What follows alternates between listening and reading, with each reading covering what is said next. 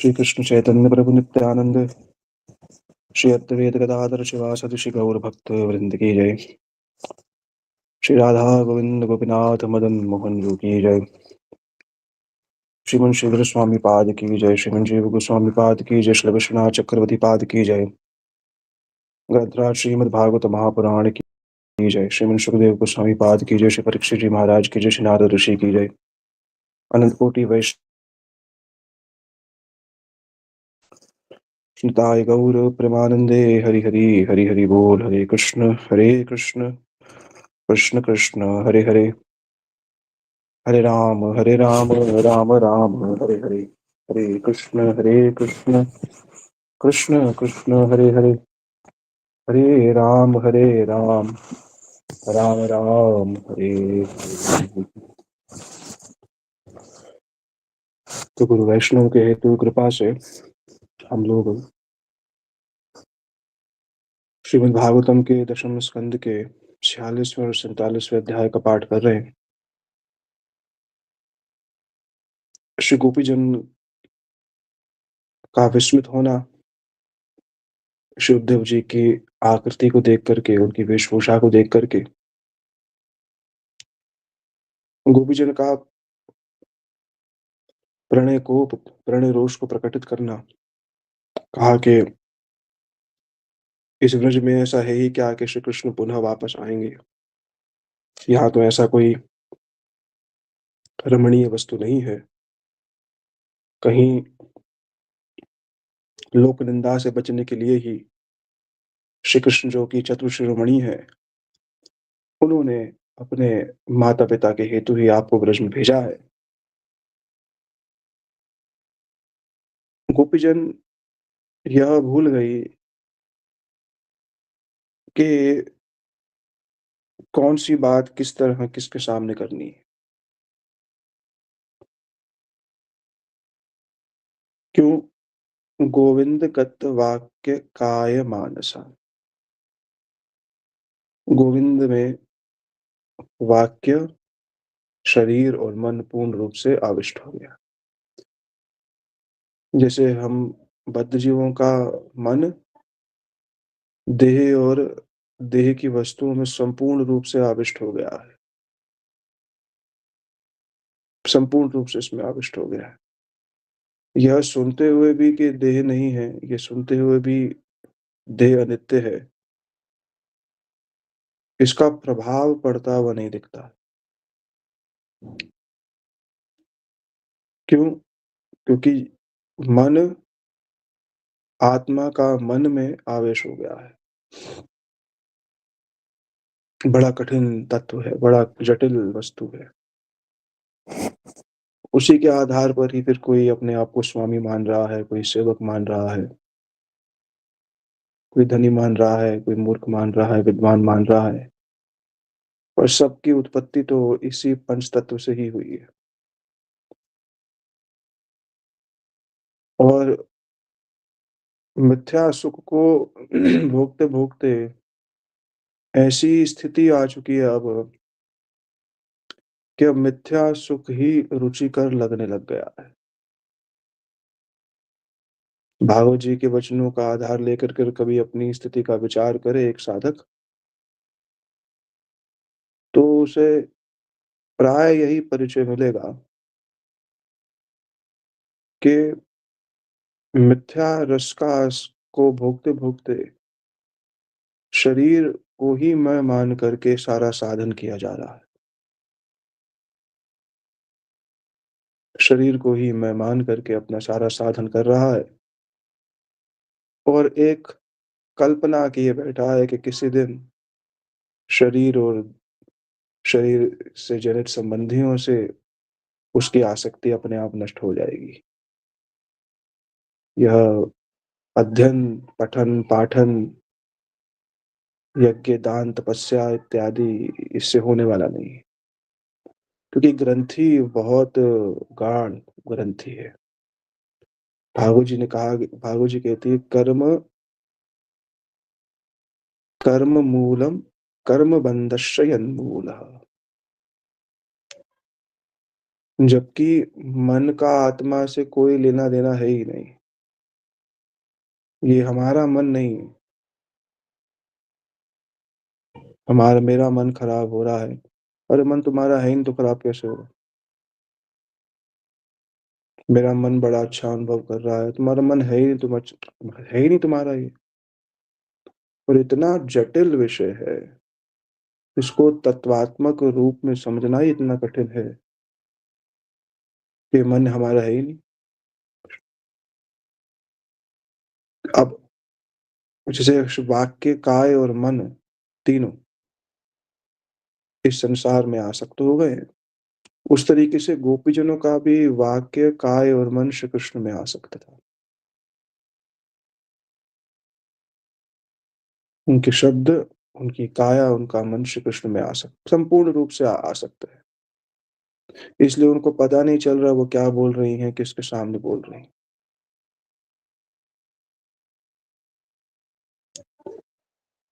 बचपन से लेकर के बाल्यकाल से लेकर के श्री कृष्ण की इतनी किशोर लीलाएँ उनको याद कर रही हैं। और वो जब सब स्मृतियाँ गोपीजनों को पुनः-पुनः रुला रही हैं। स्त्रियों की सुलभ लज्जा को भी भूल गई, ऐसा फूट-फूट कर गोपीजन रोदन कर रही थी। ये है कृष्ण कॉन्शसनेस, कृष्ण में मन लगना। क्योंकि कृष्ण के अतिरिक्त अगर कहीं मन लगेगा, तो फिर वो भरत जी से केवल एक थोड़ी-सी त्रुटि हुई थी और दया परवश ही उन्होंने मृग की रक्षा करी थी। स्थिति कहाँ पहुँच गई? हिरन। त्रुटि, वो तो स्वयं की त्रुटि को समझ भी गए थे, मेरी ये त्रुटि है। मनुष्यों की आसक्ति कहाँ पर है, अंत में क्या चिंतन होगा, तो अंत आने से पहले ही अगर प्रार्थना कर ली जाए, संस्कार शुद्धि की, चित्त शुद्धि की और नाम और गुरु के प्रति अनुराग उत्पन्न हो जाए, तभी कुछ बात जो है बन सकती है। उद्धव जी ने यह तो अन्य गोपियों का वर्णन श्रीमद् सुखदेव जी ने किया, फिर श्रीमती राधिका का वर्णन स्पष्ट रूप में नाम नहीं लिया। काचित् मधुकरं दृष्ट्वा ध्यायन्ति कृष्ण संगमं प्रिय प्रस्थापितं कल्पितम् इदम् अब्रवीत्। क्या समझ रही हैं? कोई प्रधाना गोपी है, बोलिए श्री कृष्ण ने मुझे प्रसन्न करने के लिए इस दूत को यहाँ भेजा है। उस भ्रमर से कहने लगी।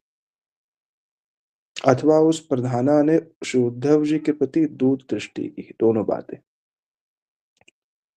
भ्रमर को ये मान लिया कि ये प्रसन्न हो करने के लिए मेरे को यहाँ भेजा है। भ्रमर से कहने लगी या श्री उद्धव जी के प्रति ही दूत दृष्टि करी कि प्रिय प्रस्थापितम दूतम, प्रिय ने यह दूत भेजा। और भ्रमर गुनगुना रहा था, बोला मैं रूठी हुई हूँ, मुझे मनाने के लिए दूत भेजा है। तो भ्रमर के बहाने श्री उद्धव जी से ही अप्रस्तुत प्रशंसा अलंकार वहाँ होता है। अलंकार तो अनेक प्रकार के होते हैं साहित्य में। उनमें से एक अलंकार यहाँ प्रयोग हो रहा है, अप्रस्तुत प्रशंसा अलंकार।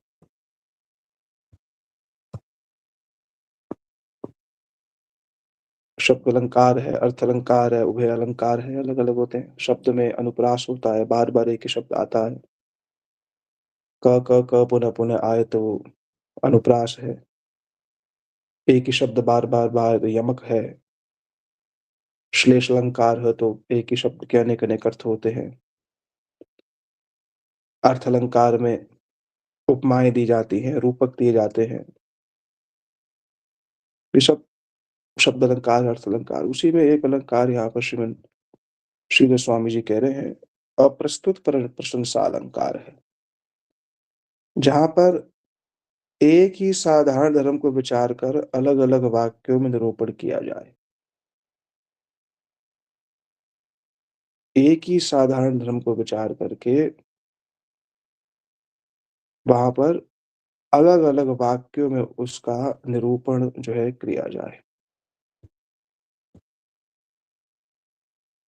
ये पूरा का पूरा जो अ, भ्रमर गीत है, जैसे उदाहरण दे रहे हैं कि प्रस्तुत का ज्ञान हो तो अप्रस्तुत प्रशंसा अलंकार होता है। मानो कोई व्यक्ति समझ सामने नहीं है, जिसके विषय में कहा जा रहा है, वो है नहीं, पर उसके विषय में ना कह कर के भी उसकी प्रतीति हो रही हो। व्यक्ति वहाँ नहीं है और उसका वर्णन इस प्रकार से किया जा रहा है, जिससे उस व्यक्ति की प्रतीति वहाँ पर हो जाए। हुँ, ये अप्रस्तुत प्रशंसा अलंकार इसको ये कहते हैं, व्यक्ति सामने नहीं है, पर गोपियाँ इसी शैली का जो है, इसी शैली के अनुसार ये पूरा ये विशेष श्रीमती राधिका संपूर्ण अ, भ्रमर गीत जो है इसी के आधार पर ही वो कहेंगी। गोपीजनों ने लोक संकोच का त्याग कर दिया था और निज के प्यारे कृष्ण दूर चले गए हैं। उनका ये कृष्ण नाम यथार्थ है क्योंकि वे सबके आकर्षक होते हैं। वो केवल हमें आकर्षक नहीं करते, सबको आकर्षक करने वाले हैं। इसलिए उनका नाम कृष्ण सार्थक है। ऐसे कृष्ण ने के द्वारा भेजे गए उद्धव जी इनके ब्रज में आने पर गोपियों ने लोक संकोच का अनादर कर दिया था। जगत क्या कहेगा? लोग क्या कहेंगे? इसलिए गोपीजनों की स्थिति ना देह और मन से परे है। गोपी भाव प्राप्त करना जितना कहना सहज है ना, उतना सहज नहीं। देह और मन से परे की स्थिति है, संपूर्ण रूप से। इसलिए भी एक अलग प्रकार के जीवन की स्थिति होती है जब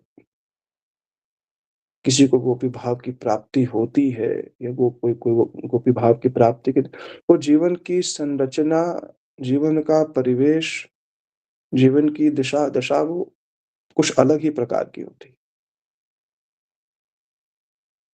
जहाँ वर्णाश्रम धर्म इत्यादि की प्रधानता नहीं रह जाती है। परिस्थिति में अगर हम वर्णाश्रम धर्म का परित्याग करेंगे तो औंधे मुँह गिरेंगे। जहाँ वैदिक धर्म की भी मर्यादा नहीं रह जाती है। वैदिक धर्म को भी प्रणाम कर देते हैं। वर्णाश्रम का परित्याग कर चुकी हैं। पर अगर कोई अपरिपक्व अवस्था में गोपियों का अनुकरण करना आरंभ करेगा और उसकी अवस्था वैसी नहीं है, तो फिर वह लाभ से ज़्यादा हानि का अधिकारी बन जाता है। वो अलग जीवन अलग होता है वो। जहाँ कृष्ण से विरह इतना तीव्र मात्रा में होता है कि उस विरह के अनुभव फलस्वरूप, उस आर्त दशा के फलस्वरूप अन्य सब धर्म तिरोहित हो जाते हैं। वहाँ ये सब चीज़ें रहती नहीं कि यह भी करना है और वो भी करना है और ये सब भी करना है और ये नहीं करेंगे तो वो रहता नहीं है वहाँ। वो उससे अलग की ही स्थिति है। कहीं कहा जाए तो अतिशयोक्ति कहा जाए तो अयुक्तिपूर्वक नहीं होगा, जहाँ कृष्ण प्राप्ति के अलावा कोई और लालसा ही नहीं रह गई है। देह और अपनी देह और अपने मन के प्रति भी। कृष्ण प्राप्ति के अतिरिक्त अन्य कोई लालसा नहीं, तो वो तो फिर अधिकारी है। उससे पहले देह का बंधन, मन का बंधन, फिर और निम्न स्तर पे आओ तो अभी तो काम क्रोध का ही पोषण हो रहा है ना? तो वो बड़ा अलग प्रकार का विषय है। केवल श्रवण करने के लिए तो हम लोग उसको श्रवण कर ही रहे हैं, पर यह विषय देह, देहिक, देह और गेह, सब धर्मों से, सब प्रकार की स्थितियों से बिल्कुल परे विषय है।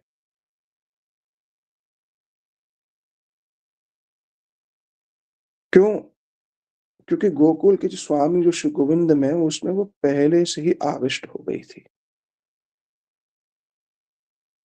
अब ये नहीं, कृष्ण में भी आविष्ट हैं और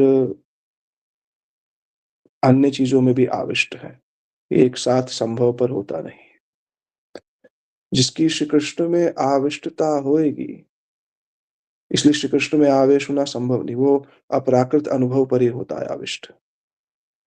साधन अवस्था में बुद्धिपरक अपने आप को संयुक्त रखता है और आसक्ति की अवस्था में मन कब कृष्ण में लग जाता है, उसके अतिरिक्त कोई चिंतन नहीं रहता।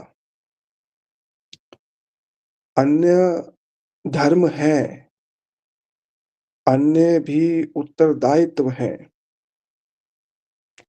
इससे भी बहुत परे चला जाता है। तो फिर वाक्य को अंडरलाइन कर रहा हूँ कि वो अलग स्तर की वार्ता है।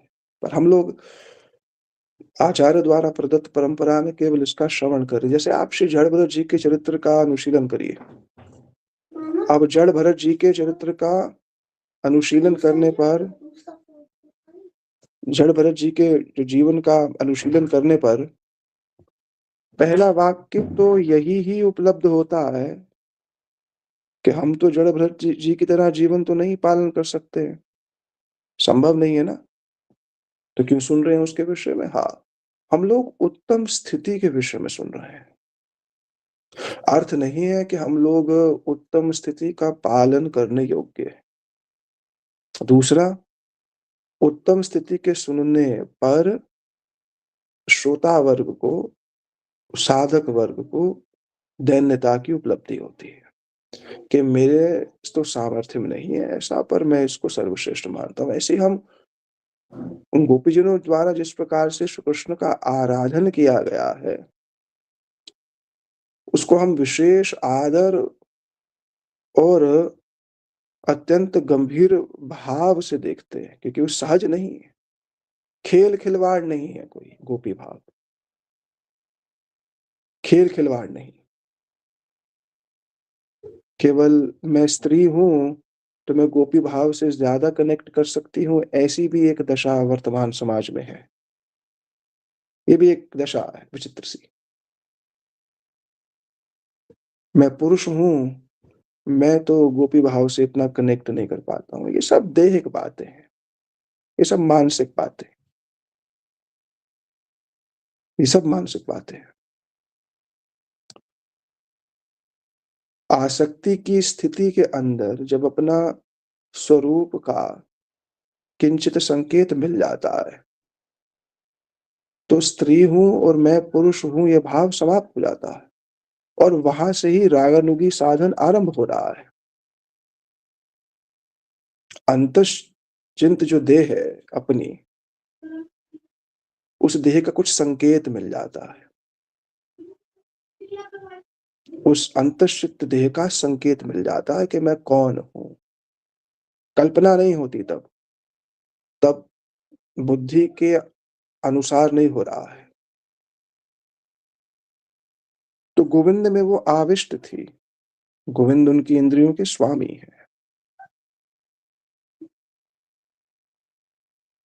अब वो श्री कृष्ण के सभी कर्मों का आचरण करती हुई कृष्ण आविष्ट होने के कारण देह को भी भुलाए हुए थी। श्री विश्वनाथ श्रीमद जीव गोस्वामी पाद में, उसी जो मैं वाक्य कह रहा था, उसी की वो बात उन्होंने इस टीका में भी कही है। क्योंकि मैंने जिस टीका को पढ़ते हुए मेरे मन में पहली बात यही आती है श्लोक को पढ़ते हुए, क्योंकि यह तो सामान्य देह देह का तो भाव है नहीं, देह को भूल गई थी।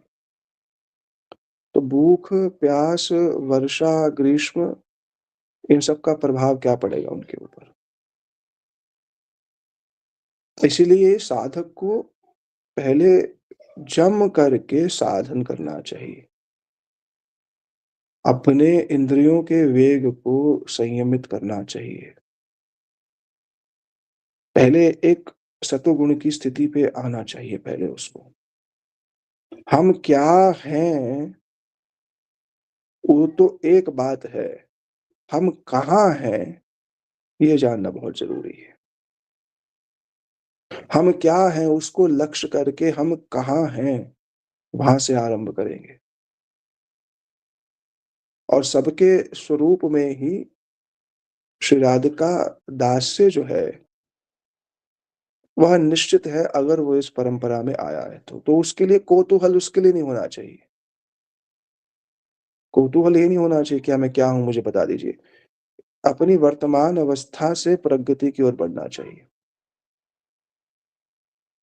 श्री राधिका दास्य स्वरूप में अवश्य ही है। इसमें तो संदेह नहीं होना चाहिए, क्यों? क्योंकि ऐसी परंपरा प्राप्त हुई है।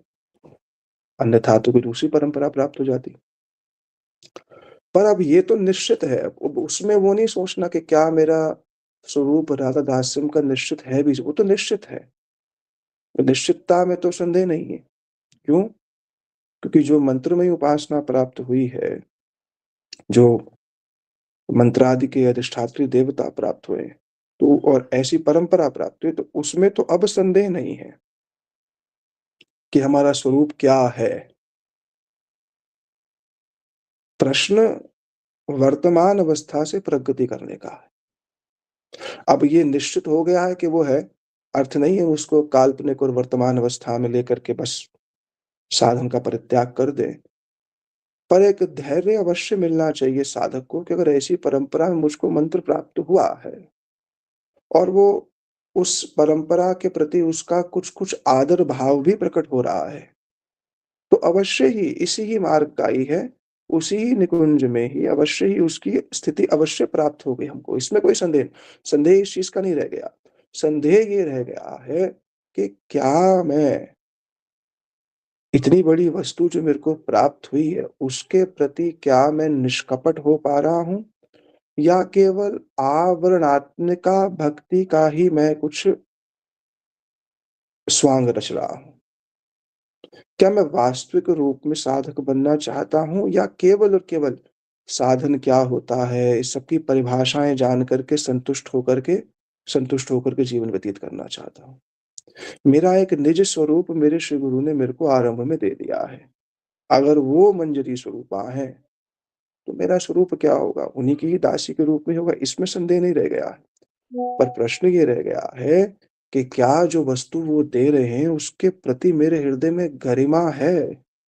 या मैंने केवल बस एक उच्छृंखल भाव से मनोगत अवस्था के कारण उसको एक बस बाह्य एक आवेश मान लिया है और बस मैं उसके प्रति सजग नहीं हूँ। अगर मेरा यह विश्वास सुदृढ़ है कि ये मंत्र उपलब्धि जो हुई है मेरे को, परंपरा उपलब्धि जो हुई है, ये जिस दिशा में मेरे को लेकर के जा रहा है, वो अवश्य ही निकुंज है। पर क्या मैं निष्कपट हो करके साधन करना चाहता हूँ, कर नहीं रहा हूँ। इसीलिए ही एक व्यक्तिगत साधु की आवश्यकता होती है, अपने इस आवरण को भंग करने के लिए। आवरण जो हमने रख रखा है ऊपर, भक्त का आवरण, उसके भंग होने की विशेष आवश्यकता।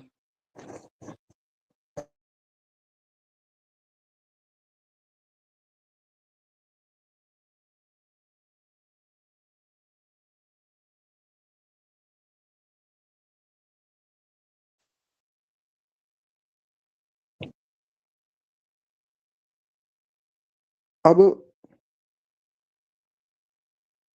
इन गोपियों का लोक संकोच त्याग कर देना युक्त ही है।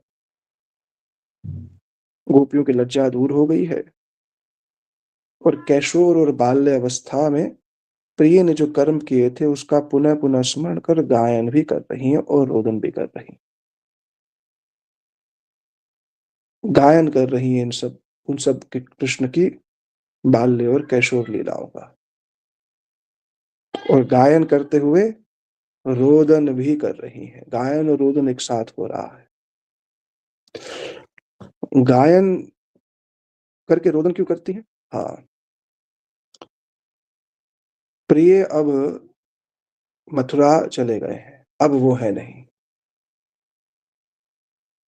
कथा कथन और कथा श्रवण की उपलब्धि है रोदन।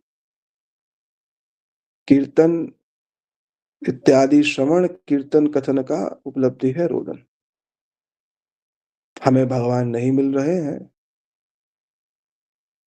इसीलिए हम उनके लिए रो रहे हैं।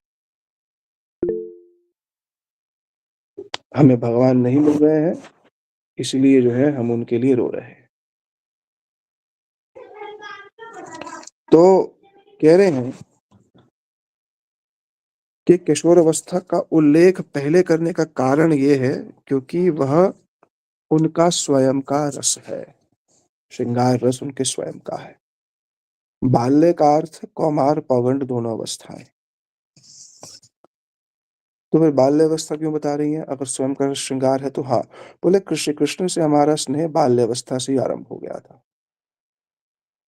इसलिए श्री कृष्ण के कैशोर स्वरूप के अंतर्गत बाल्य उनका जो कौमार और पौगंड स्वरूप वो निहित रहता है। नित्य धाम में भी श्री कृष्ण नित्य किशोर हैं, पर श्री यशोदा जी जब उनका दर्शन करती है तो उनको वो बालक के रूप में ही प्रतीत होते हैं। सखा लोग उनको कौमार और पौगंडावस्था में ही देखते हैं और गोपीजन उनको पूर्ण कैशोर, नवयौवन, संपन्न स्वरूप में उनका दर्शन करती हैं। निज स्वरूपानुसार ही दर्शन प्राप्त होता है। जैसी अंतः जैसा रस है, वैसा ही दर्शन प्राप्त होगा। उससे अलग नहीं हो सकता है। कोई अद्भुत गति को प्राप्त वाले महाभाव की भ्रम की भंगिमा वाले किसी विचित्र दशा का नाम दिव्य उन्माद होता है। हमने ये शब्द सुना होगा कि श्री राधिका और गोपीजन दिव्य उन्माद को प्राप्त हो जाती हैं। कह रहे कोई दिव्य उन्माद किसको कहते हैं? कह रहे अद्भुत गति को प्राप्त होने वाले महाभाव की भ्रम की भंगिमा वाली किसी विचित्र दशा का नाम दिव्य उन्माद है। माने भ्रम हो जाए। भ्रमर भ्रमर ही है, दूत नहीं है। मेघ मेघ ही है, दूत नहीं है। तमाल वृक्ष वृक्ष ही है, दूत नहीं है। सरोवर का जल जल है, यमुना नहीं है। कृष्ण मेघ सदृश, कृष्ण वर्ण सदृश नहीं है होने पर भी भ्रम की दशा हो जाती है। माने जहां सर्वत्र अपने प्रिय का ही दर्शन हो रहा है। हर वस्तु, हर व्यक्ति अपने प्रिय की ही स्फूर्ति कराता है। इसे कहते हैं कृष्ण कॉन्शियसनेस। ये है कृष्ण कॉन्शियसनेस। हमारी अवस्था तो यह है कि भक्तजनों में ही हमें कृष्ण की स्फूर्ति नहीं हो रही है। अभक्तों में तो बहुत दूर की बात है। भगवान कपिल देव इस बात को कहते हैं, मेरी आराधनाओं में सबसे सर्वश्रेष्ठ आराधना कौन-सी है? समस्त जीवों में मेरा दर्शन करना। संभवपर नहीं है इतना। पहले निज उपलब्धि होएगी। जब स्वयं को जानेंगे तभी दूसरों को देख कर के शरीर नहीं मानेंगे। गोपीजन की स्थिति क्या है?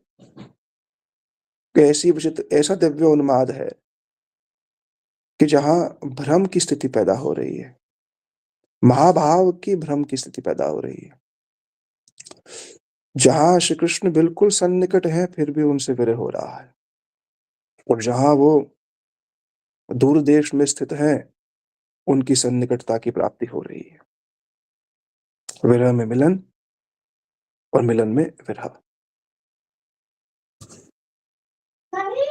फिर प्यारे के किसी मित्र का दर्शन पर प्रणय हो रहा है और क्रोध से उगले हुए अतिशय भावपूर्ण वचनों को चित्रजल्प कहते हैं। दिव्योन्माद क्या है? कोई अद्भुत गति को प्राप्त होने वाला है तो महाभाव की स्थिति, जहां पर विरह, तीव्र विरह में मिलन हो रहा है। और उस महाभाव की एक विचित्र स्थिति है दिव्योन्माद, जहां भ्रम की भंगिमा वाली एक भ्रम हो जाता है। ये सब अपराकृत वार्ता है। अपराकृत बात, एक ऐसी विचित्र विचित्र दशा प्राप्त हो जाती है श्रीमती राधिका को, ऐसी अवस्था प्राप्त हो जाती है और उसके फिर चित्रजल्प इत्यादि बहुत से भेद माने गए हैं, जहाँ पर प्यारे के किसी मित्र को देखने पर प्रणय और क्रोध हो जाए और उन प्रणय और क्रोध से जो वचन कहे जाते हैं उसको चित्रजल्प कहते हैं। रस ग्रंथों के अनुसार, इन वचनों के अनुसार इन गोपिकाओं में किसी प्रधाना गोपी के दिव्योन्माद में जल्प का वर्णन करते हुए श्रीमद सुखदेव जी कह रहे हैं, काश्चित मधुकरम दृष्टवा, किसी ने एक मधुकर को दृष्टवा माने त्वा प्रत्यय लगाकर बोल दिया, देख कर, किसी मधुकर को देख करके। ये कौन है? ये गोपी कौन है? ये है परम प्यारी श्रीमती राधिका। ऐसी गोपी। क माने प्रेम सुख में, अ माने पूरी तरह, चित्त माने इसका ज्ञान स्थित है। अब काश्य शब्द का अर्थ कोई गोपी भी हो सकता है। श्रीमन जीव गोस्वामी जी ने श्लेष में, श्लेष अर्थ लिया है इसका, श्लेष अलंकार में।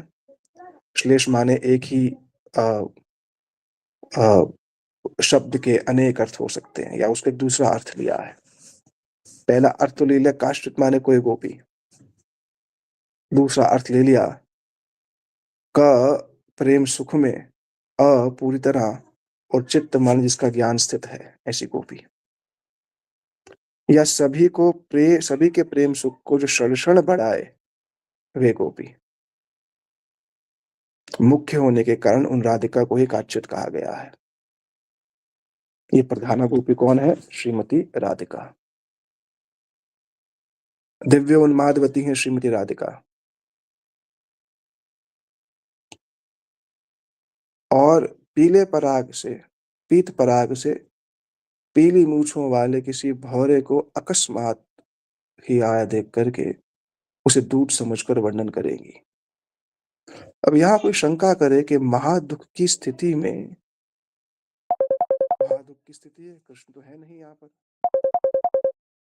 इस महादुख की स्थिति में इस प्रधाना गोपी में मान कैसे हो गया? मान तो नहीं होना चाहिए। महादुख में तो विरह है, विरह में तो तदीय नहीं, विरह में तो मदीय नहीं तदीय भाव हो जाता है। मैं, वो मेरे हैं, ये मदीय भाव है। तदीय, मैं उनकी हूँ या मैं उनका हूँ, ये तदीय भाव है। तो विरह में तो तदीय भाव प्रधान कि मैं उनकी हूँ, पर उसमें मान कैसे कर रही हैं फिर? कैसे मान कर रही हैं? बोले ये महादुख की अवस्था में, क्योंकि काश्चित मधुकर दृष्टवा ध्यायन्ति कृष्ण संगमम, ध्यान में कृष्ण से मिलन कर रही। अब ये कैसे होता है, क्या नहीं होता है, मेरी तो समझ से बाहर है। स्वप्न और स्फूर्ति में प्रिय के संगम का ध्यान कर रही हैं। गुप्त रूप से फिर प्यारा साक्षात ही आया है, इसी का वे बार-बार स्मरण कर रही हैं। माने गुप्त रूप से कृष्ण ही भ्रम रूप में आ गए, ऐसा ही मान सकते हैं।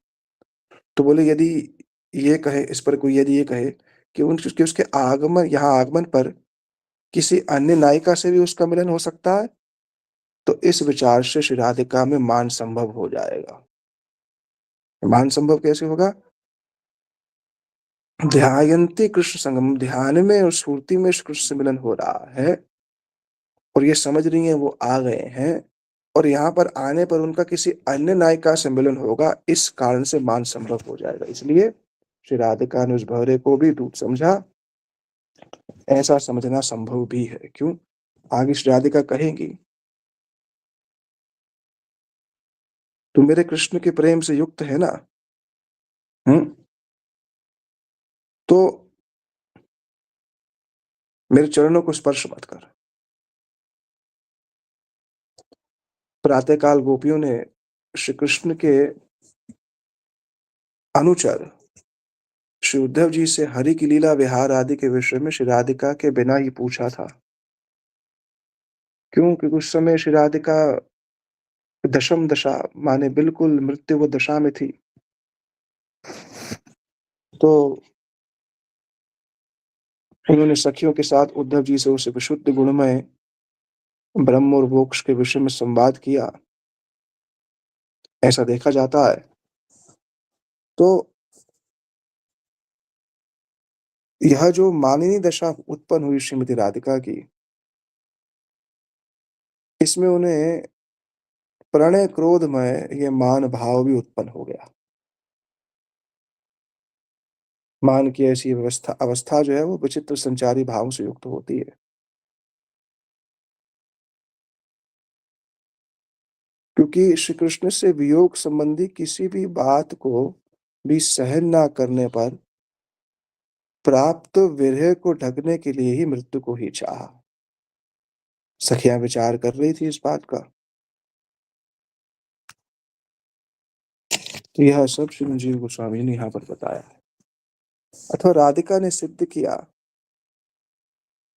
कि वेद भी अपने चरम अंश में प्रेम सेवा को ही प्रयोजनीय रूप में स्थापित करते हैं। प्रेम सेवा से भिन्न भावों से विरत हो गई, विवरता हो गई और इस प्रकार के वाक्य जो है वह कहने लगी। श्रीमन विश्वनाथ चक्रवर्ती पाद कह रहे हैं कि ये वृषभानंदिनी श्रीमती राधिका है, आह्लादनी शक्ति की सारवृत्ति, प्रेम की भी सात्विक भूमिका, स्नेह, मान, प्रणय, राग, अनुराग, भाव, महाभाव। प्रेम के बाद की दशाएँ हैं ये। प्रेम के बाद सबसे पहला सोपान क्या होता है? स्नेह। श्रीमन विश्वनाथ चक्रवर्ती जी इसको अपने ग्रंथ श्री माधुर्य कादंबरी में वर्णन कर रहे हैं। प्रेम के बाद की स्थिति होती है स्नेह। स्नेह किसको कहते हैं?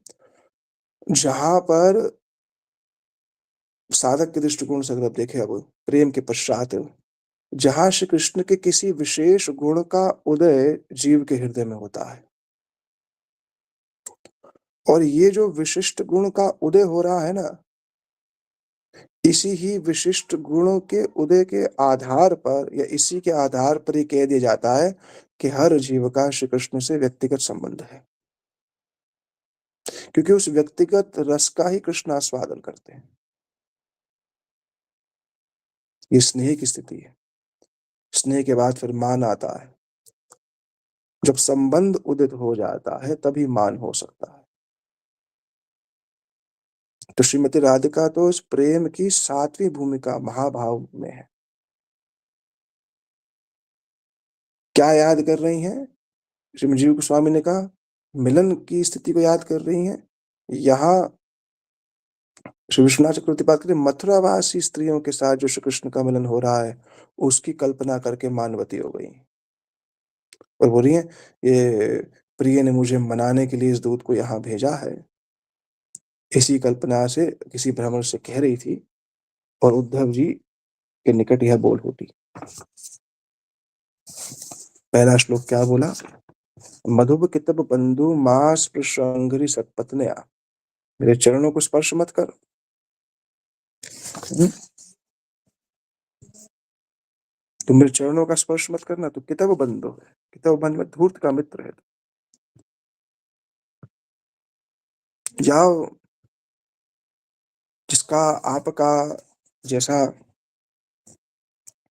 विडम्ब यस्य दूतम यदु सदसी विडम्ब यस्य दूतम तो मित्र का। अरे उस यादवों की सभा में ऐसा जिसका दूत हो, वह मधुपति ही उन समस्त माननीय नागरिकों का प्रसाद ग्रहण करे, जो यदु सभा में भी निंदनीय है। हे भ्रमर, मेरे चरणों को मत छू, माने मुझको प्रणाम मत कर, प्रार्थना मत कर। भ्रमर कह रहा है, मेरी इस प्रार्थना को आप निषेध क्यों करती हैं?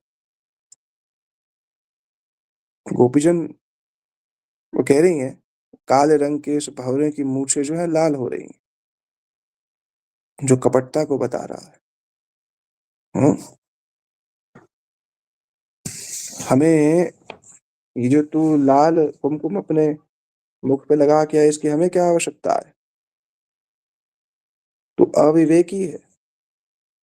जैसे कृष्ण अविवेकी है, वैसे तू भी अविवेकी है।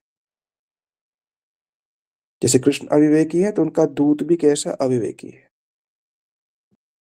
अब ये तो उद्धव जी कहें कि ऐसा क्यों? उन कृष्ण का अपमान कर रही हो? श्री कृष्ण ने क्या गलत किया आप लोगों के साथ? तो बोले, ओह! अच्छा,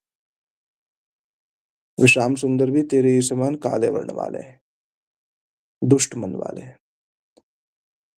जैसे जैसे तू मधुकर है ना, तो सुंदर मन के समान फूलों का त्याग कर देता है, ऐसे ही कृष्ण ने भी हम गोपियों का तुरंत त्याग कर दिया था।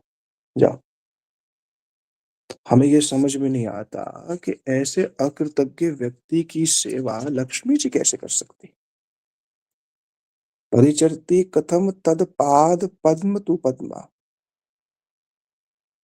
ही अपि बत्ति चेता उत्तम श्लोक जल्पे।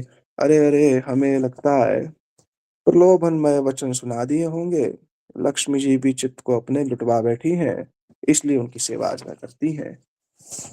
हाँ, लक्ष्मी जी को भी मोहित कर दिया होगा इन्होंने, इसलिए स्वयं सेवा करती हैं। परम हम लक्ष्मी की तरह अकुशल नहीं है, हम ऐसी नहीं है।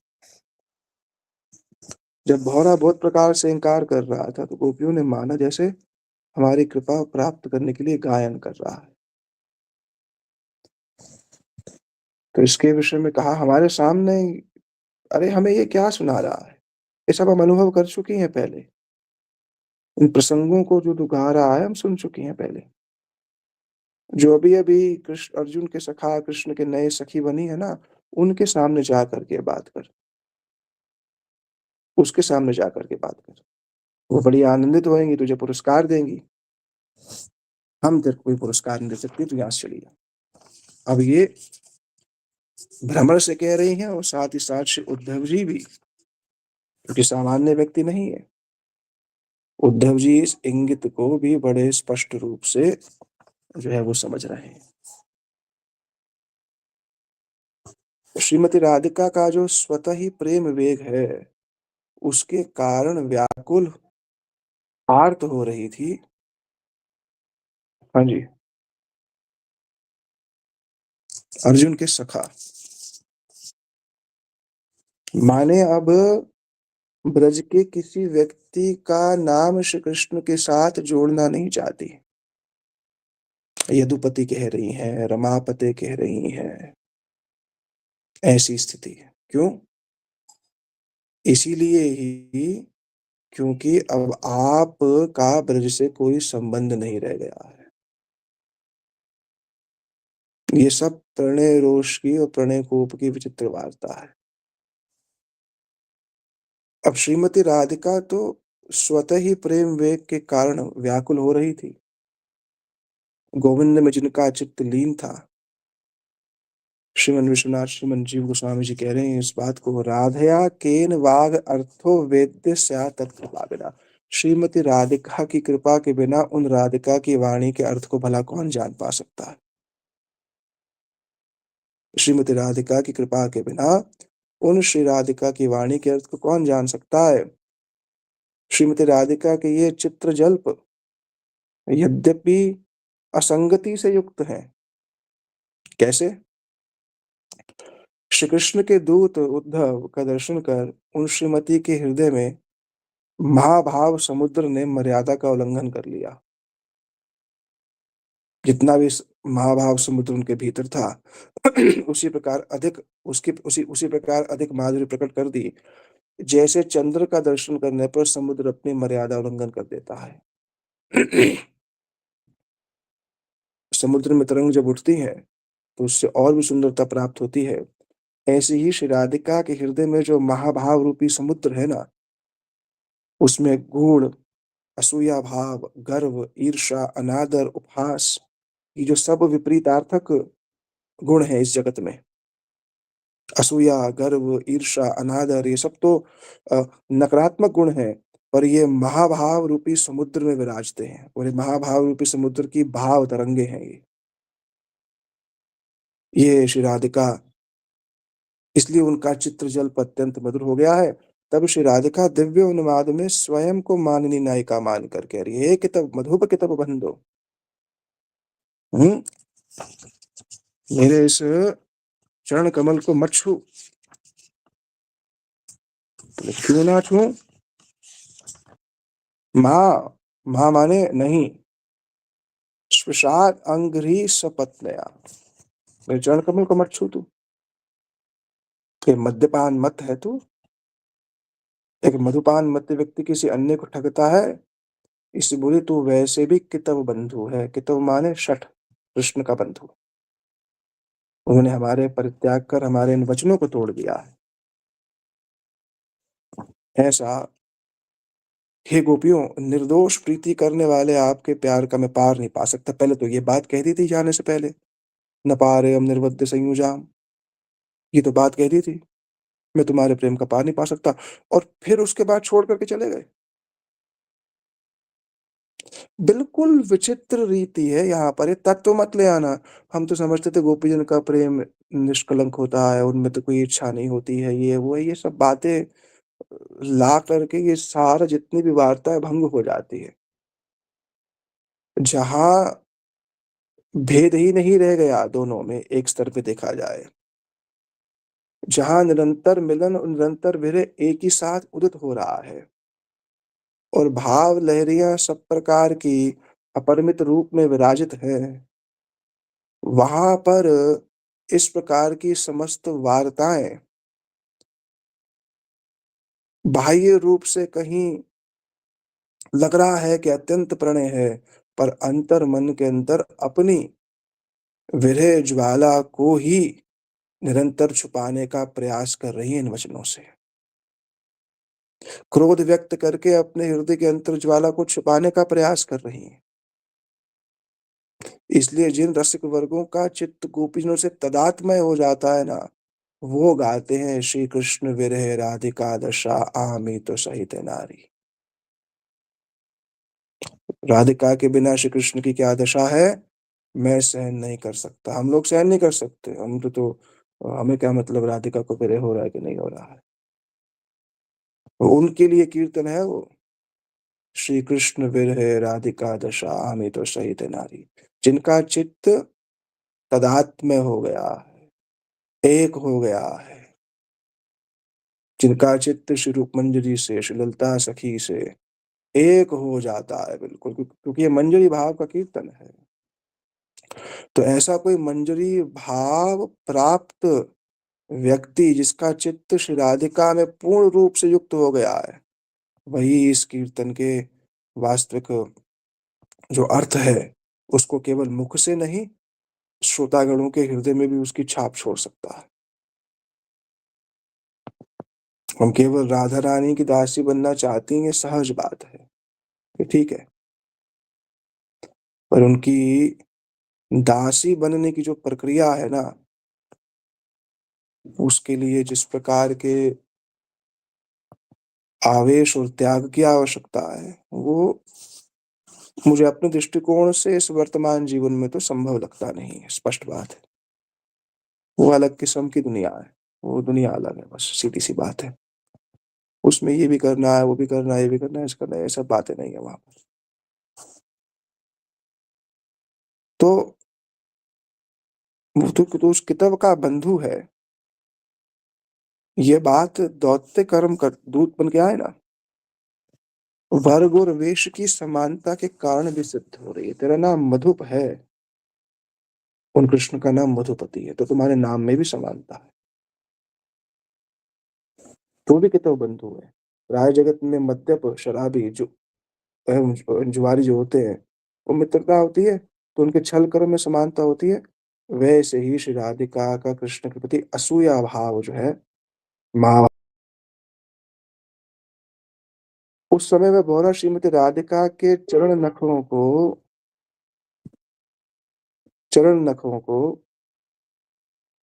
रंगण पुष्प के भ्रम से पान करना चाह रहा था।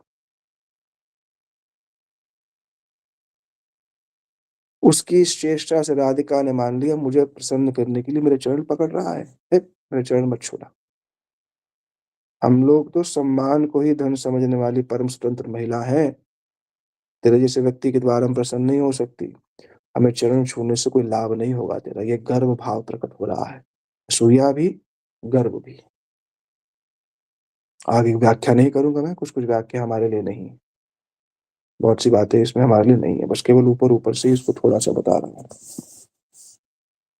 क्योंकि जब तक शरीर में प्राकृत भाव है, इस प्रकार की समस्त वार्ताओं को हम यथारूप नहीं पढ़ सकते हैं।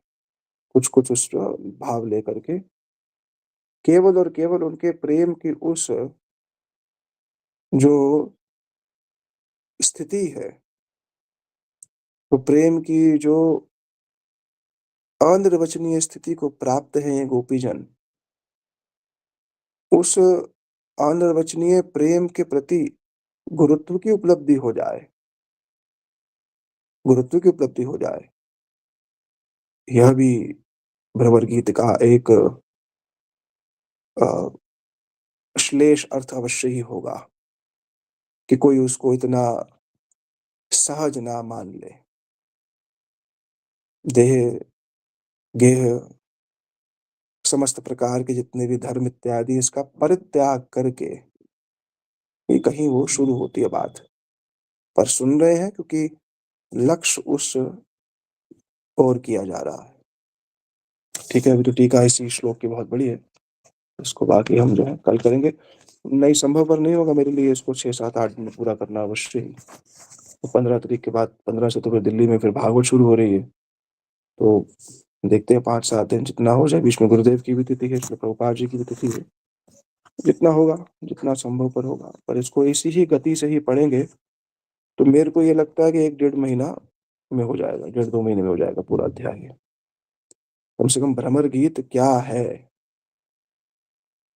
हाँ, किस प्रकार से श्रीमद् सुखदेव गोस्वामी पाद इसको इसकी पूरी संरचना करी है। उद्धव क्यारी की क्या स्थिति है? क्यों हमारे आचार्यों ने उस स्थान को इतना गुरुत्व दिया है? सबको जानेंगे तो हम परंपरा के प्रति हमारा जो आदर है वो अवश्य ही बढ़ेगा। श्री गुरुदेव की जय, श्रील प्रभुपाद की जय, समस्त रूपानुगुरु परंपरा की जय, भुवन मंगलकारी हरिनाम संकीर्तन की जय, भक्त प्रभु श्री प्रहलाद महाराज की जय, सर्वविघ्न विनाशक भगवान नरसिंह देव की जय, श्री कृष्ण चैतन्य प्रभु नित्यानंद, श्री अद्वैत गदाधर शिवासदि गौर भक्त वृंद की जय, श्री राधा गोविंद गोपीनाथ मदन मोहन जो की जय, श्रीमन श्रीधर स्वामी पाद की जय, श्रीमन जीव गोस्वामी पाद की जय, श्री विश्वनाथ चक्रवर्ती पाद की जय, ग्रंथराज श्रीमद् भागवत महापुराण की जय, श्रीमन सुखदेव गोस्वामी पाद की जय, श्री परीक्षित जी महाराज की जय, श्री नारद ऋषि की जय, अनंत कोटि वैष्णव वृंद की जय, समागत गौर भक्त वृंद की जय, श्रीताय गौर प्रेमानंदे। हरि हरि बोल। हरि हरि, हरे कृष्ण कृष्ण कृष्ण हरे कृष्ण हरे। राम राम, हरे राम राम राम हरे हरे। आपका बहुत सभी बहुत भक्तों को धन्यवाद, हरे कृष्ण। बहुत बहुत धन्यवाद, हरे हरे कृष्ण हरे प्रभु जी, कृष्ण हरे कृष्ण बहुत प्रभु जी, बहुत धन्यवाद। दंडवत सभी को, एक बारी को दंडवत। तमाल कृष्ण प्रभु आपको विशेष दंडवत। हरे कृष्णा। हरे कृष्ण अभियो दंडवत प्रणाम। सभी को दंडवत। हरे कृष्ण। हाँ जी भैया।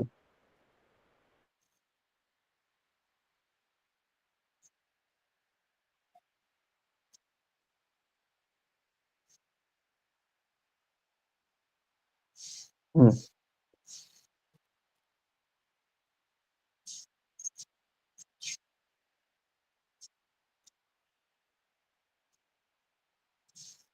जैसे जैसे श्लोक से कुछ एक हुए हैं, अभी चलता रहेगा, अभी तो ये मतलब जिस जिस क्रम में आ रहा है उसको वैसे ही डालते रहो। ठीक है ना? चलो, हरे कृष्णा सभी को। हरे कृष्ण। हरे हरे कृष्ण, धन्यवाद प्रभु जी। और सभी को धन्यवाद, सभी को एक बार धन्यवाद। हरे कृष्ण।